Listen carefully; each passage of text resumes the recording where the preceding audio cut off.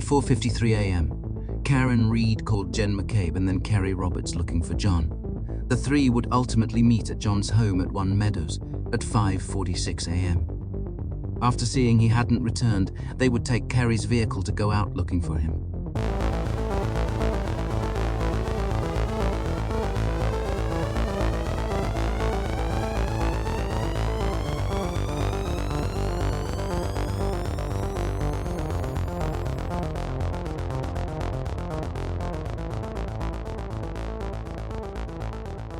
When you were at the house, Meadows, John O'Keefe's house, and you didn't find him, was there any further conversation about what the next steps would be? I said, let's go. He's not here. But I didn't know where Jen's sister lived, so we got into the car. Jen was in the passenger seat. I was driving my car. Karen was in the back seat. And Jen was giving directions. Jen said, my sister's house is right up here. And I said, okay. And as we approached the house, Karen from the back seat is now screaming, there he is, let me the F out of this car. And she's out kicking the back door to get out. When you heard the defendant scream, there he is, and started kicking the car door, did you see anything? I did not. Did you see anybody? I did not. Did you look? I looked. One of the claims used to argue Karen Reed's guilt is that she spotted John's body in complete darkness, something Kerry and Jen failed to do. The implication is that she must have already known exactly where he was. We were looking on both sides of the road. I was looking on both sides of the road in case he was walking home. The first thing to examine is the mindset and expectations of each woman. At this early stage, Kerry was focused on navigating poor driving conditions.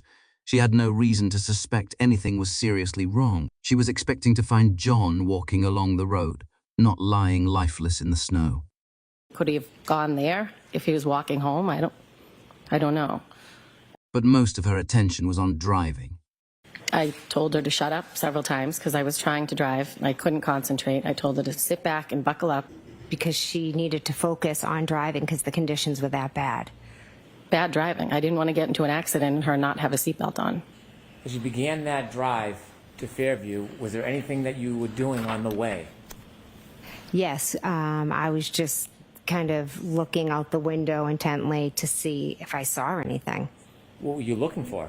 I guess John, which I know it sounds crazy, but I didn't know where the hell he was. Jen McCabe, on the other hand, is widely believed to have had prior knowledge of John's location.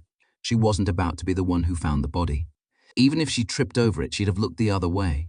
In fact, she seemed to be trying to delay going to Fairview. The plan was to get into Carrie's car and to go and look for John.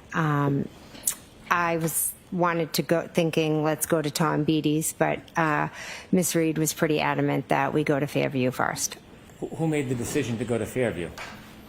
Ultimately, Carrie said, all right, we'll go there, almost like to shut her up. Karen is the one who insisted on going to 34 Fairview, something a guilty person would never do. With Kerry focused on driving and casually scanning for him alive and walking, and Jen in full-blown panic mode, trying to game out what was going to happen when they arrived.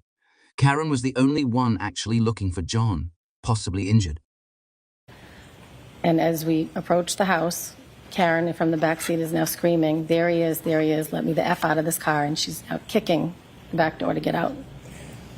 When you heard the defendant scream, there he is, and started kicking the car door, did you see anything?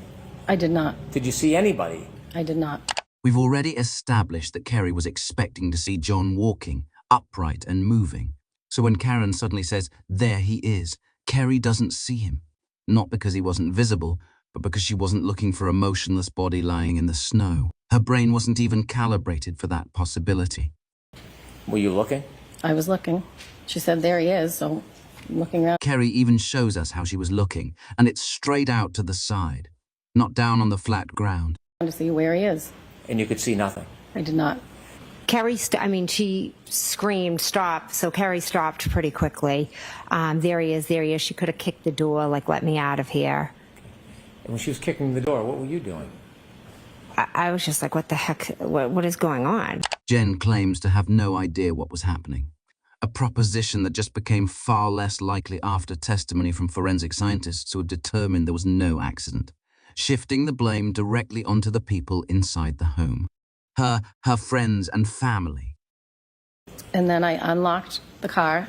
I looked over. I didn't see anything, and I unlocked it so she could get out of the back seat. I looked at Jen and I said, She's batshit crazy. Then what happens? and then I turned around and watched, and she ran over to a mound of snow. Well, it was a shape of a body, like the length of a body, shape of a body. When you hear the testimony from Kerry and Jen, you probably envision something like this. I did too. But what you're seeing isn't accurate at all. I wanted to try to gain any insight to help explain how Karen was able to see John in these conditions. So I went back to Officer Sarif's dashcam footage to see if I could locate the tire tracks from Kerry's Explorer and find the exact path she drove approaching 34 Fairview, and determine the distance from the left edge of the road when Karen saw John. This is the position Kerry's vehicle ultimately parked. Let's place it on an authentic satellite map. Now, when we return to the dashcam and play it slowly in reverse, we can find Kerry's SUV's tire tracks and trace them backwards.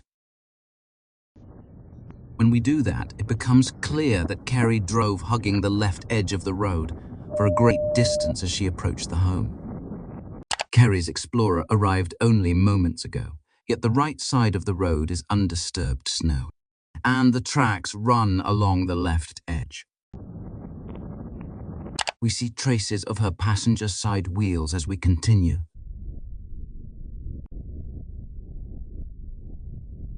The right side of the road, still no tracks at all. Therefore, instead of this being the position of the vehicle when Karen saw John, we get a much more accurate depiction. Karen could have easily spotted his body illuminated in the ambient light of the headlamps as she looked ahead from the rear driver's side window. He's right fucking there. Called out for Kerry to stop, bringing the SUV to its ultimate destination. In fact, the Ford Explorer had a very similar view of the area as plough driver Lucky Loughran, except coming from the other direction. Both passing about as closely as possible to the curb. And John's body. Until now, I had always thought that Kerry had pulled up and parked exactly like Officer Sarif does here, which would have made it much more difficult to see John. Roger.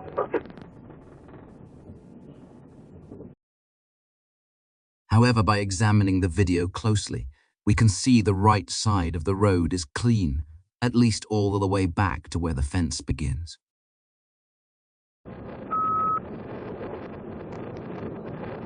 There's the fence right there. Seeing John in the snow wouldn't have been as difficult as the Commonwealth wants you to believe, as long as you are actually trying and not looking the other way.